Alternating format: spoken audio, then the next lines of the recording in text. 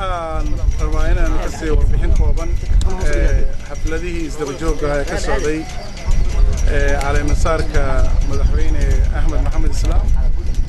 oo maalintii shalay ahayd 12 bisha halkan ka dhacay caleemasaarkaasi waxa uu kulmiyay dhammaan madaxda Soomaaliyeed iyo marti sharaf kala duwan oo ayaguna ka yimid wadamada dariska iyo ku qaybsanaha qaramada midoobay Soomaaliya shirka madaxda Soomaaliyeed ee ka soo qayb gashay waxay kala ahaayeen madaxweynaha jamhuuriyadda Soomaaliya mudane Xasan Sheekh Maxamuud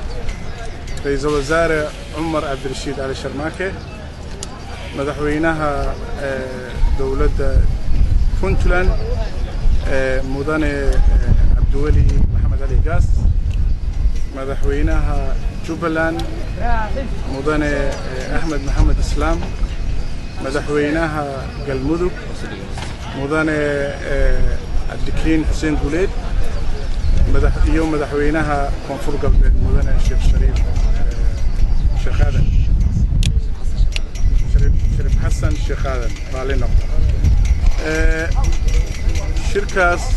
shalay markii caleemasaarka ay nagala soo qayb galeen la soo hambaliyay waxa markaa kadib loo dareeray dhanka madaxtooyada iyadoo hal iyo labo iyo saddex loo hadlay ilaa saakana uu soo wada hadalka kadibna waxa noo bilowday shir horay aan loo qorsheyn laakiin maadaama fursadii ay jirtay oo fursad fiican oo la isku arki karo la wada hadli karana ay jirtay baan saaka waxaanu galnay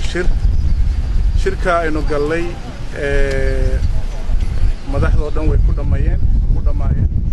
waxaa nagala soo qayb galay wasiirka arrimaha dibadda Ethiopia Dr. Tedros iyo ku qaybsanaha qaramada midoobay mudane Nicholas Kay shirka markuu furmay waxyaalihii ugu badnaa oo laga hadlay waxaa ka mid ahaa bal laba qodob oo ugu waaweyn qodobkooda wuxuu ahaa aragtida 2016 iyo howlahan hor yaalla qodobka labaadna wuxuu ahaa waxyaalaha xoogaaga dhex jira isfahamwaaga ama waxyaalaha hadii jiraan la kala tabanayo in ayadana laga hadlo marka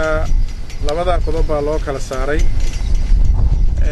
qodobka koowaad maadaama howlo aad u tiro badan ay wadanka Soomaaliya hor yaalaan oo ku saabsan 2016 waxaa la isla gartay howlahaas oo ay ugu horeeyaan maadaama aysan suuragal ahayn saddex qodob ay soo qaadeen shirkii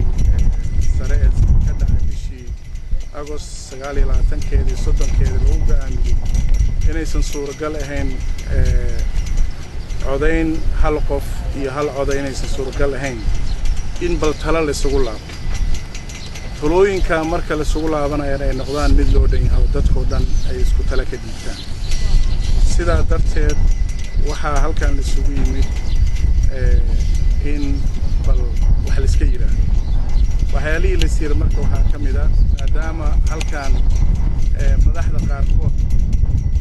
sida Puntland oo kale ay tiri anagu waxaan u nimid kaliya ka qaybgalka caleemasaarka in maaragtay mowduuc kalena ay tahay in loo soo diyaargareeyo wada tashi lagala soo sameeyo dadka sidaa darteed waxaa la isla gartay in la siiyo 7 maalmood oo bisha 20keeda uu dhici doono shir kale oo madaxda isugu iman doonaan hadda soo socto weeyaan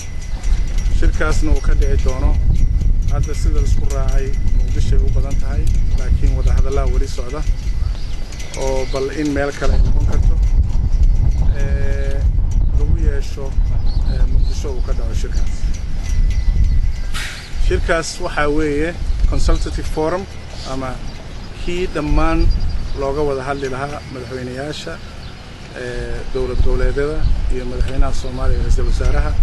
iyo ururada bulshada civil society ayaguna ka soo qayb gali doonaan